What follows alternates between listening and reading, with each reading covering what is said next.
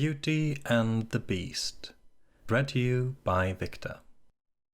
Once upon a time, in a far-off country, there lived a merchant who had been so fortunate in all his undertakings that he was enormously rich. As he had 6 sons and 6 daughters, however, who were accustomed to having everything they fancied, he did not find he had a penny too much. But misfortunes befell them.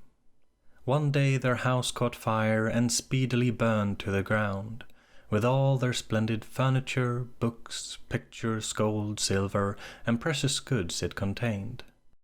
The father suddenly lost every ship he had upon the sea, either by dint of pirates, shipwreck, or fire. Then he heard that his clerks in distant countries, whom he had trusted entirely, had proved unfaithful, and at last from great wealth he fell into the direst poverty.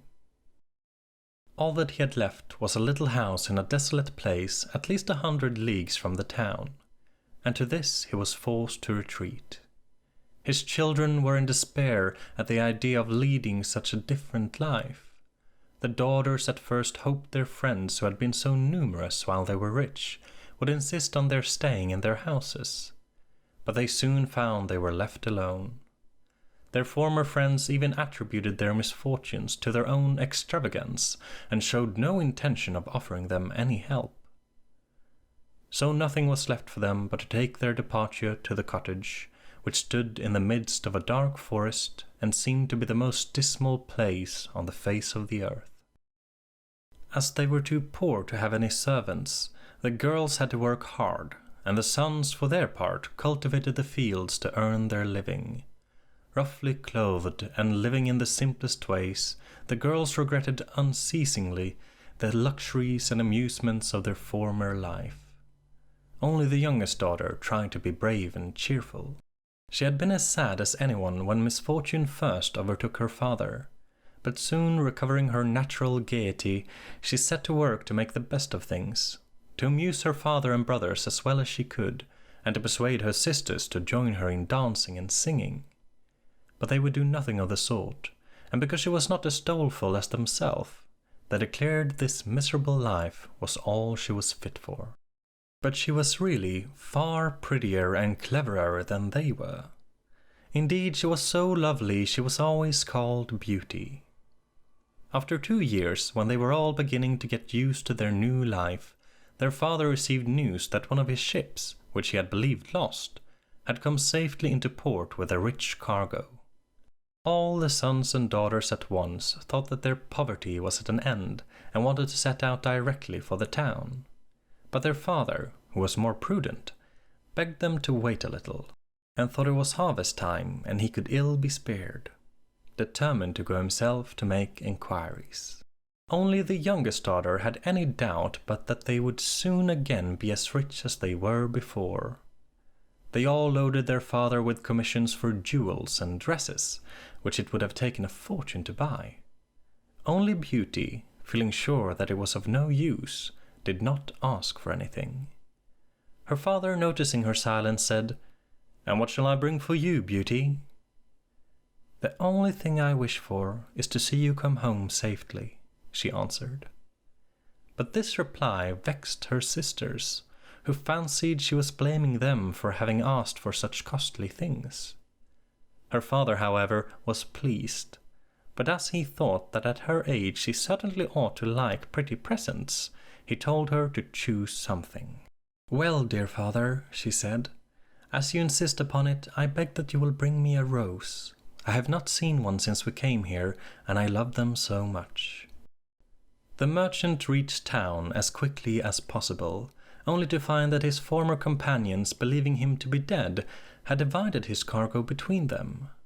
After 6 months of trouble and expense, he found himself as poor as when he started on his journey.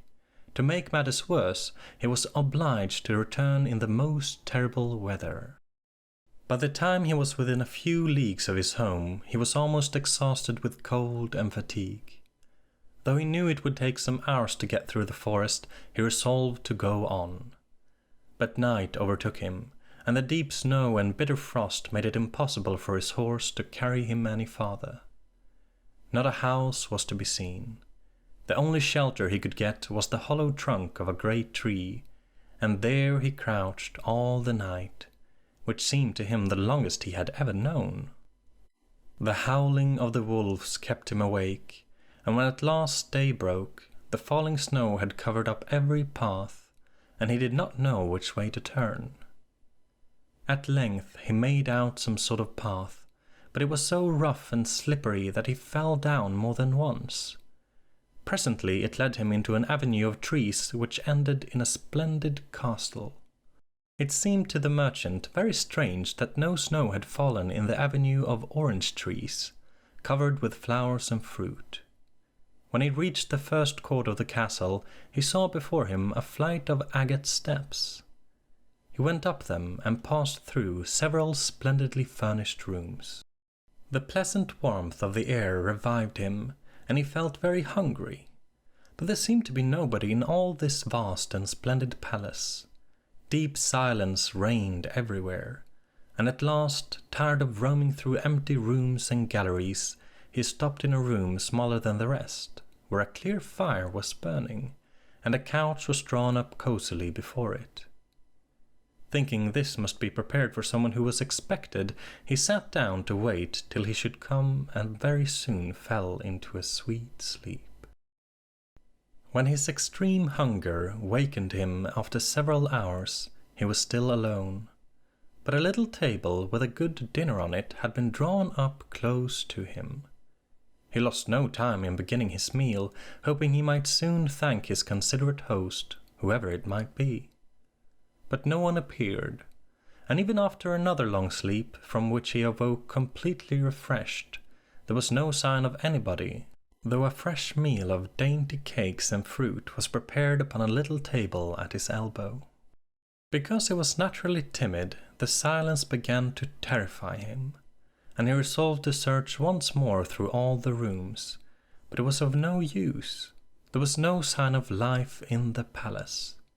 He wondered what he should do. To amuse himself, he began pretending that all the treasures he saw were his own, and considering how he would divide them among his children. Then he went down into the garden, and though it was winter everywhere else, here the sun shone. The birds sang, the flowers bloomed, and the air was soft and sweet. The merchant, in ecstasies with all he saw and heard, said to himself, "All this must be meant for me. I will go this minute and bring my children to share all these delights." In spite of being so cold and weary when he reached the castle, he had taken his horse to the stable and fed it. Now he thought he would saddle it for his homeward journey, and he turned down the path which led to the stable. This path had a hedge of roses on each side of it, and the merchant thought he had never seen such exquisite flowers.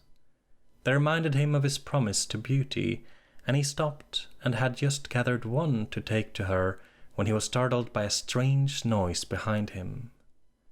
Turning around, he saw a frightful beast, which seemed to be angry, and said in a terrible voice, "Who told you you might gather my roses? Was it not enough that I sheltered you in my palace and was kind to you?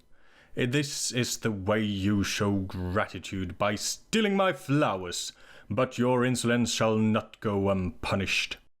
The merchant, terrified by these furious words, dropped the fatal rose, and throwing himself on his knees, cried, "Pardon me, noble sir, I am truly grateful for your hospitality, which was so magnificent I could not imagine you would be offended by my taking such a little thing as a rose." But the beast's anger was not lessened by his speech. "You are very ready with excuses and flattery," he cried, "but that will not save you from the death you deserve." "Alas," thought the merchant, "if my daughter Beauty could only know into what danger her rose has brought me." And in despair he began to tell the beast all his misfortunes and the reason for his journey, not forgetting to mention Beauty's request. "A king's ransom would hardly have procured all that my daughters asked for," he said, "but I thought I might at least take Beauty her rose. I beg you to forgive me, for you see, I meant no harm." The beast said in a less furious tone, "I will forgive you on one condition, that you will give me one of your daughters." "Ah," cried the merchant, "if I were cruel enough to buy my own life at the expense of one of my children's, what excuse could I invent to bring her here?" "None," answered the beast. "If she comes at all, she must come willingly. On no other condition will I have her.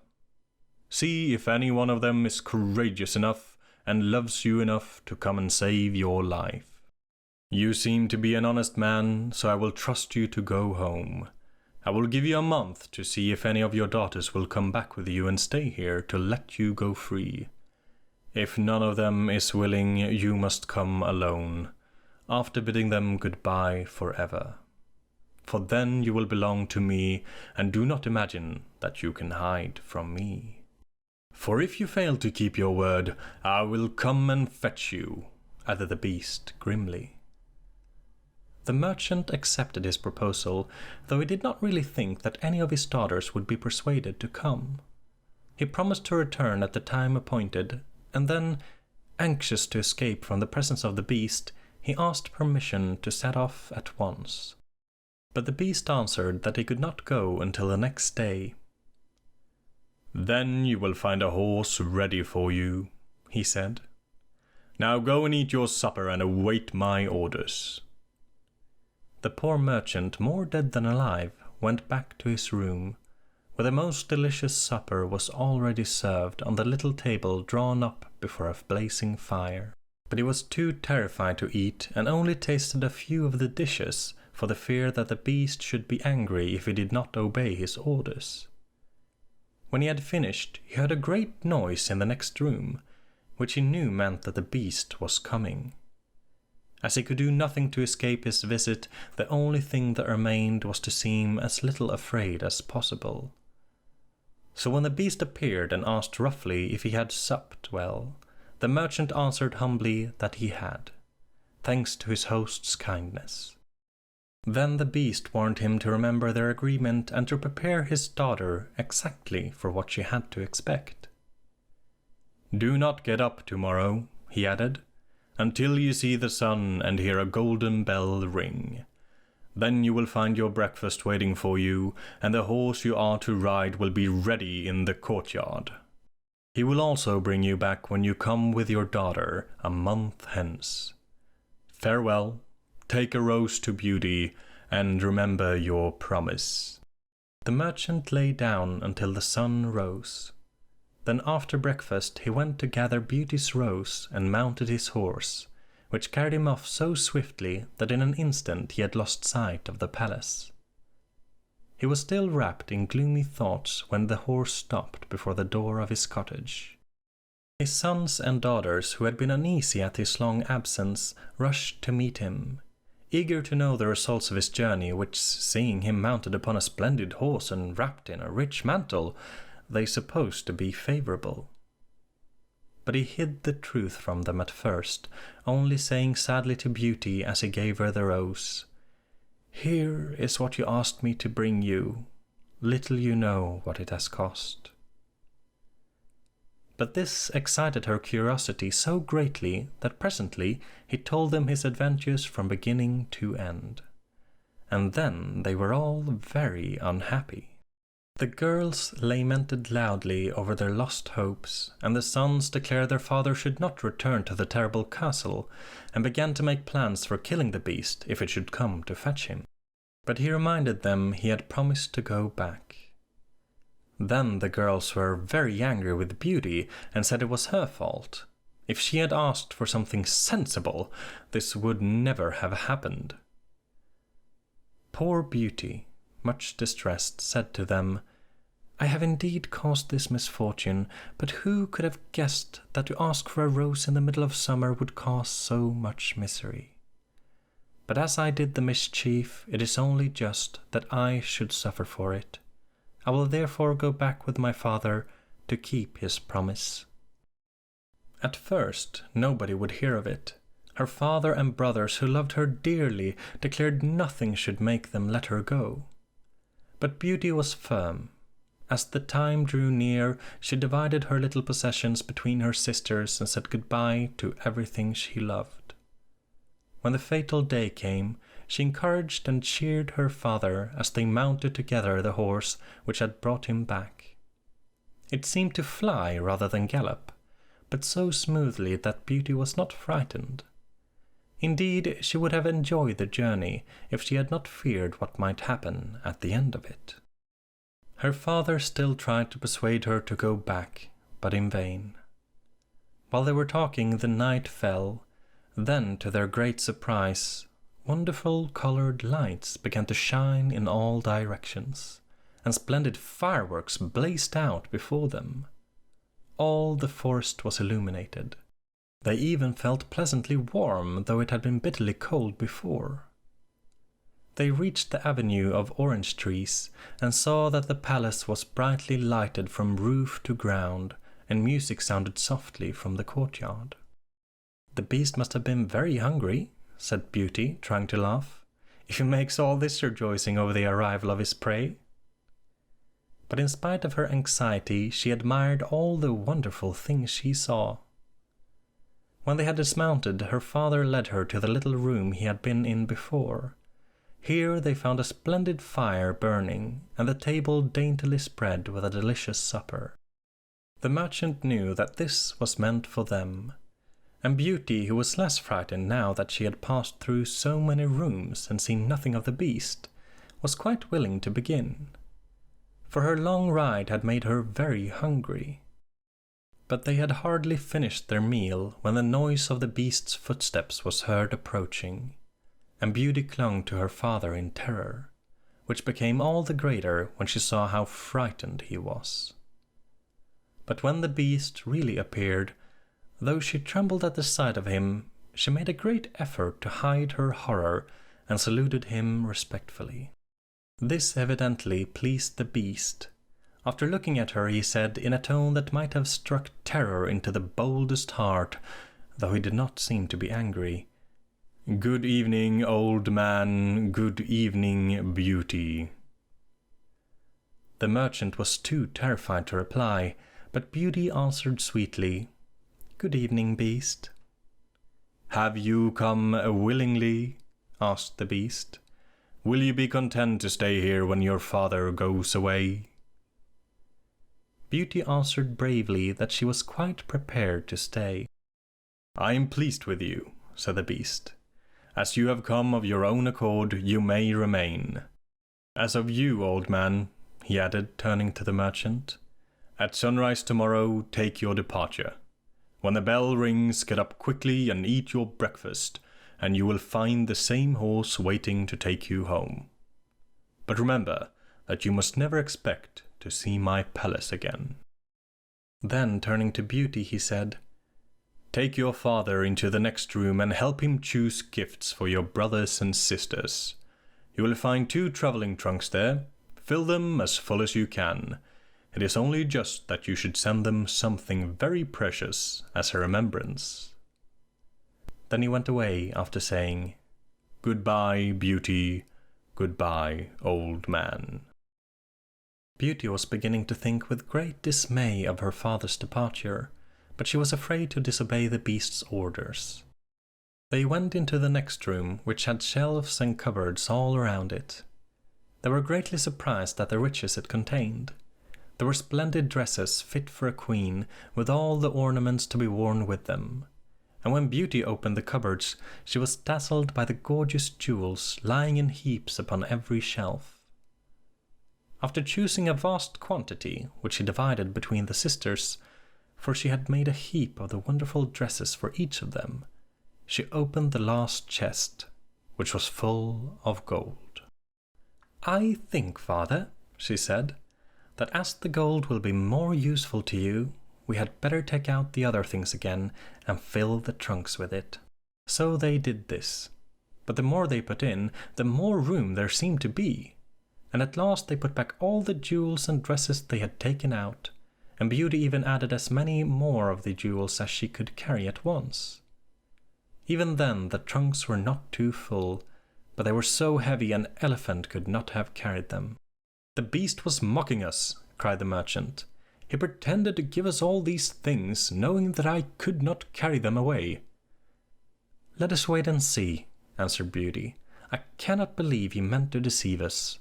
All we can do is to fasten them up and have them ready." So they did this, and returned to the little room where, to their astonishment, they found breakfast ready. The merchant ate his with a good appetite, as the beast's generosity made him believe he might perhaps venture to come back soon and see Beauty.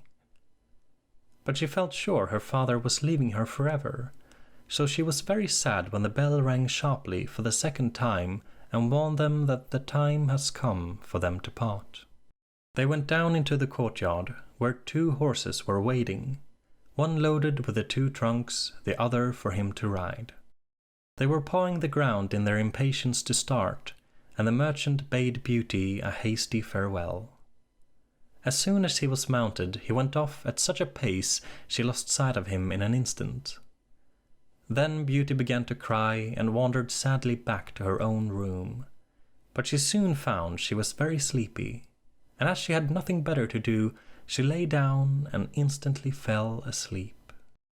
And then she dreamed she was walking by a brook bordered with trees and lamenting her sad fate, when a young prince, handsomer than anyone she had ever seen, and with a voice that went straight to the heart, came and said to her, "Ah, Beauty, you are not so unfortunate as you suppose.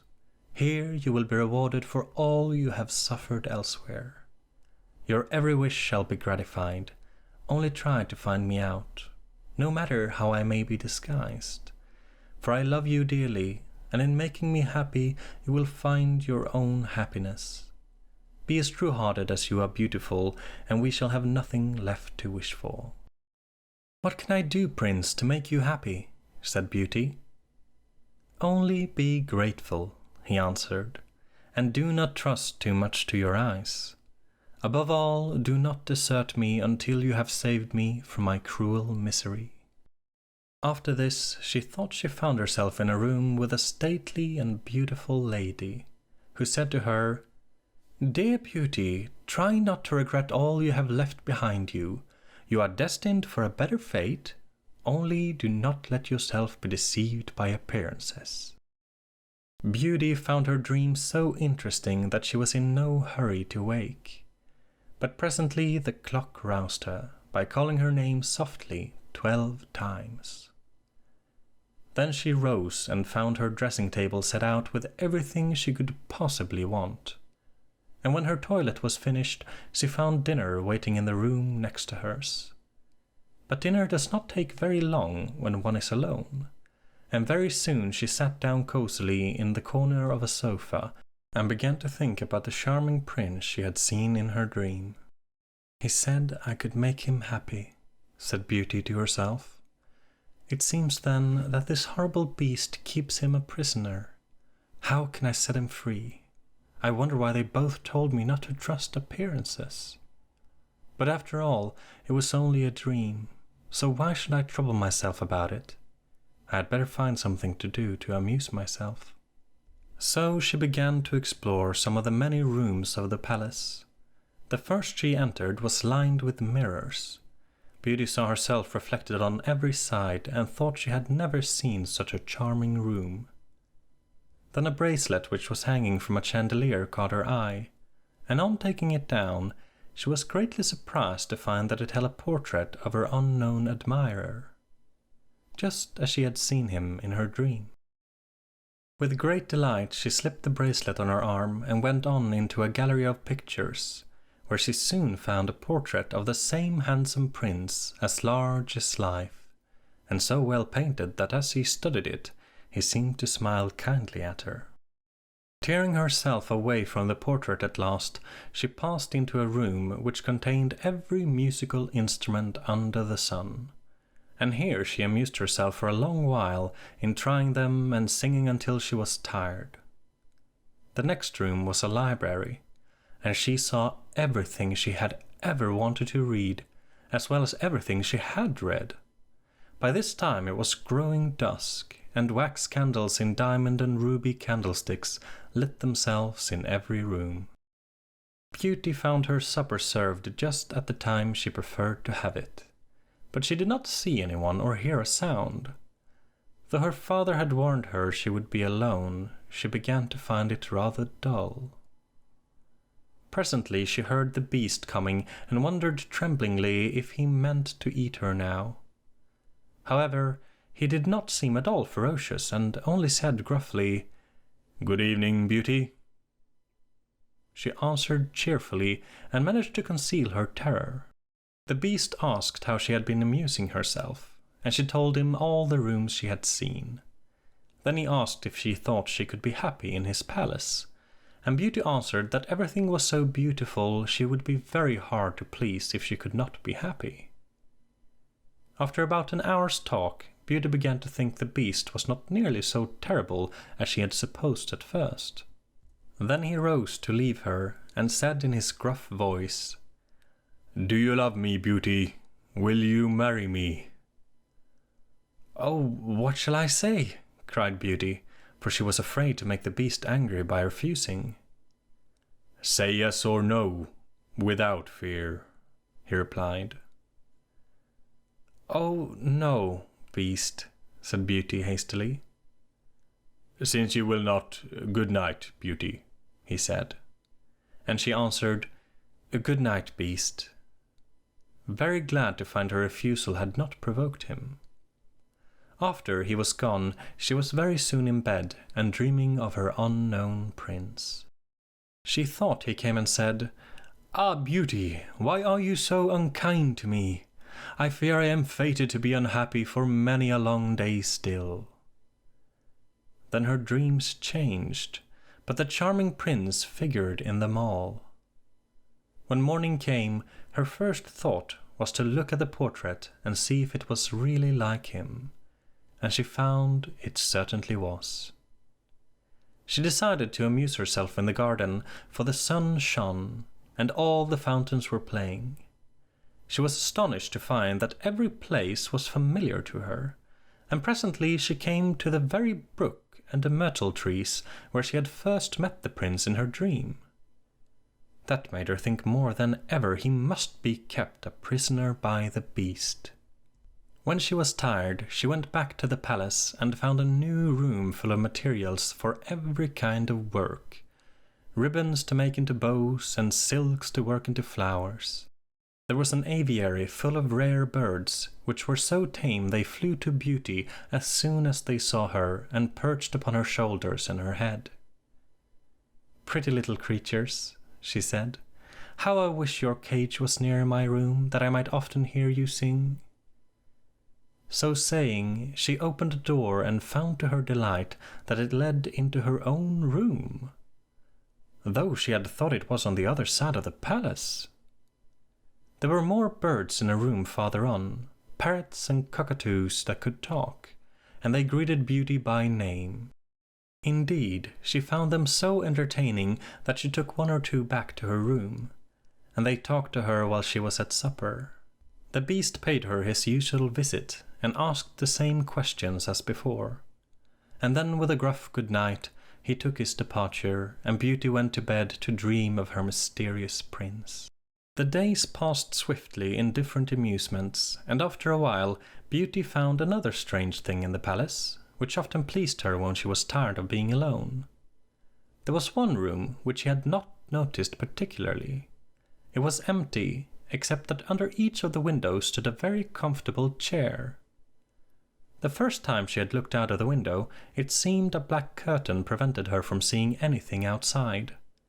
But the second time she went into the room, happening to be tired, she sat down in one of the chairs, when instantly the curtain was rolled aside and a most amusing pantomime was acted before her. There were dances and colored lights, music and pretty dresses, and it was all so gay that Beauty was in ecstasies. After that she tried the other 7 windows in turn, and there was some new and surprising entertainment to be seen from each of them. So Beauty never could feel lonely anymore. Every evening after supper the beast came to see her, and always before saying good night asked her in his terrible voice, "Beauty, will you marry me?" And it seemed to Beauty, now she understood him better, that when she said, "No, beast," he went away quite sad. Her happy dreams of the handsome young prince soon made her forget the poor beast, and the only thing that disturbed her was being told to distrust appearances, to let her heart guide her and not the eyes. Consider as she would, she could not understand. So everything went on for a long time, until at last, happy as she was, Beauty began to long for the sight of her father and her brothers and her sisters. One night, seeing her look very sad, the beast asked her what was the matter. Beauty had quite ceased to be afraid of him. Now she knew he was really gentle in spite of his ferocious looks and his dreadful voice. So she answered that she wished to see her home once more. Upon hearing this, the beast seemed sadly distressed and cried miserably, "Ah, Beauty, have you the heart to desert an unhappy beast like this? What more do you want to make you happy? Is it because you hate me that you want to escape?" "No, dear beast," answered Beauty softly. "I do not hate you, and I should be very sorry never to see you any more. But I long to see my father again. Only let me go for 2 months, and I promise to come back to you and stay for the rest of my life." The beast, who had been sighing dolefully while she spoke, now replied, "I cannot refuse you anything you ask, even though it should cost me my life. Take the 4 boxes you will find in the room next to your own, and fill them with everything you wish to take with you. But remember your promise, and come back when the 2 months are over, or you may have cause to repent it. For if you do not come in good time, you will find your faithful beast dead. You will not need any chariot to bring you back. Only say goodbye to all your brothers and sisters the night before you come away, and when you have gone to bed, turn this ring round upon your finger and say firmly, 'I wish to go back to my palace and see my beast again.' Good night, Beauty. Fear nothing, sleep peacefully, and before long you shall see your father once more." As soon as Beauty was alone, she hastened to fill the boxes with all the rare and precious things she saw about her, and only when she was tired of heaping things into them did they seem to be full. Then she went to bed, but could hardly sleep for joy. When at last she began to dream of her beloved prince, she was grieved to see him stretched upon a grassy bank, sad and weary, and hardly like himself. "What is the matter?" she cried. But he looked at her reproachfully and said, "How can you ask me, cruel one? Are you not leaving me to my death, perhaps?" "Ah, don't be so sorrowful," cried Beauty. "I'm only going to assure my father that I'm safe and happy.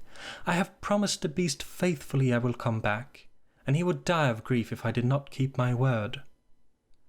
"What would that matter to you?" asked the prince. "Surely you would not care?" "Indeed, I should be ungrateful if I did not care for such a kind beast," cried Beauty indignantly. "I would die to save him from pain. I assure you it is not his fault he is so ugly." Just then a strange sound woke her. Someone was speaking not very far away, and opening her eyes she found herself in a room she had never seen before, which was certainly not as splendid as those she had seen in the beast's palace. Where could she be? She rose and dressed hastily, and then saw that the boxes she had packed the night before were all in the room. Suddenly she heard her father's voice and rushed out to greet him joyfully.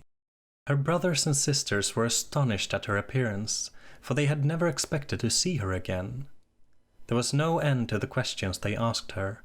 She had also much to hear about what happened to them while she was away and of her father's journey home. But when they heard that she had only come to be with them for a short time and then must go back to the beast's palace forever, they lamented loudly. Then Beauty asked her father what he thought her strange dreams meant, and why the prince constantly begged her not to trust to appearances. After much consideration he answered, You tell me yourself that the beast, frightful as he is, loves you dearly and deserves your love and gratitude for his gentleness and kindness.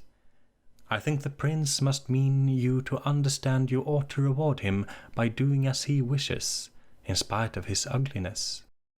Beauty could not help seeing that this seemed probable. Still, when she thought of her dear prince who was so handsome, she did not feel at all inclined to marry the beast. At any rate, for 2 months she need not decide, but could enjoy herself with her sisters. But though they were rich now and lived in a town again and had plenty of acquaintances, Beauty found that nothing amused her very much. She often thought of the palace, where she was so happy, especially as at home she never once dreamed of her dear prince, and she felt quite sad without him. Then her sister seemed quite used to being without her, and even found her rather in the way. So she would not have been sorry when the 2 months were over, but for her father and brothers who begged her to stay and seemed so grieved at the thought of her departure that she had not the courage to say goodbye to them. Every day when she rose, she meant to say it at night, and when night came she put it off again, until at last she had a dismal dream which helped her to make up her mind.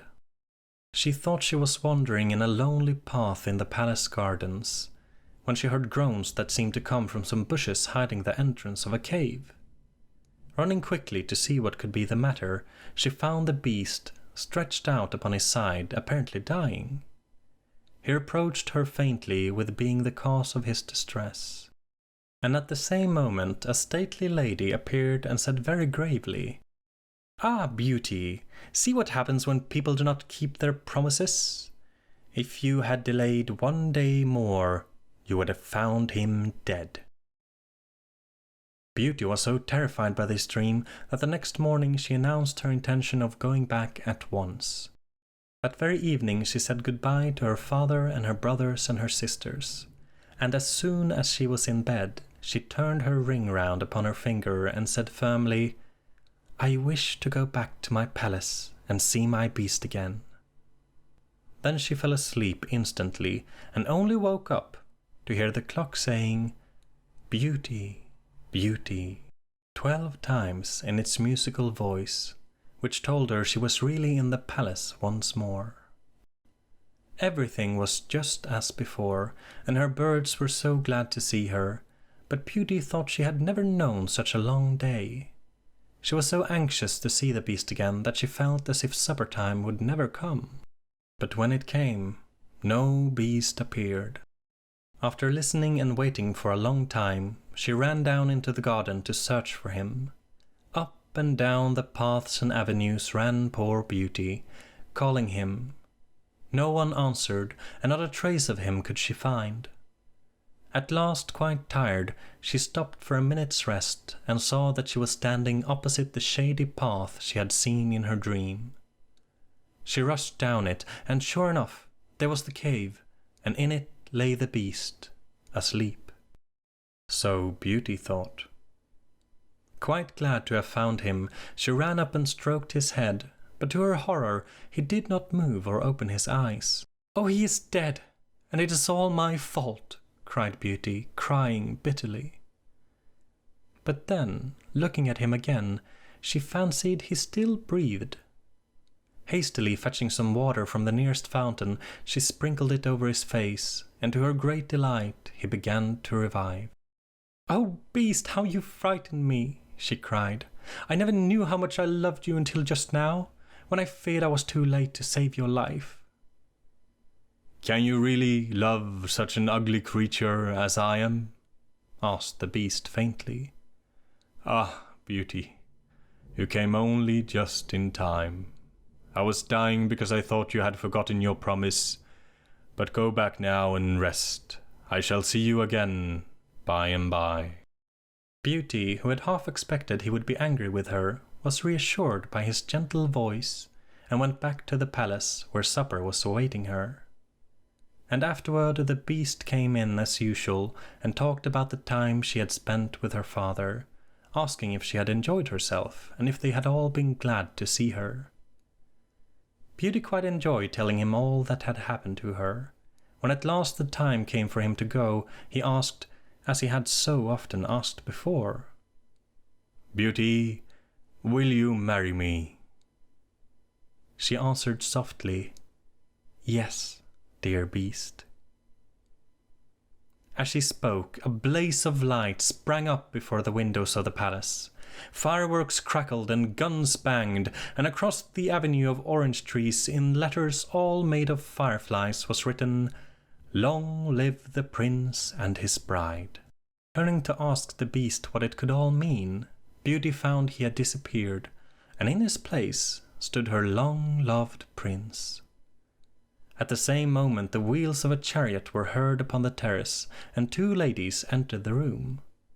One of them Beauty recognized as the stately lady she had seen in her dreams.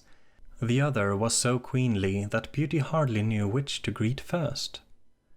But the one she already knew said to her companion, "Well, Queen, this is Beauty, who has had the courage to rescue your son from the terrible enchantment. They love each other, and only your consent to their marriage is wanting to make them perfectly happy." "I consent with all my heart," cried the Queen. "How can I ever thank you enough, charming girl, for having restored my dear son to his natural form?" And then she tenderly embraced Beauty and the prince, who had meanwhile been greeting the fairy and receiving her congratulations. "Now," said the fairy to Beauty, "I suppose you would like me to send for all your brothers and sisters to dance at your wedding." And so she did, and the marriage was celebrated the very next day with the utmost splendor, and Beauty and the prince lived happily ever after.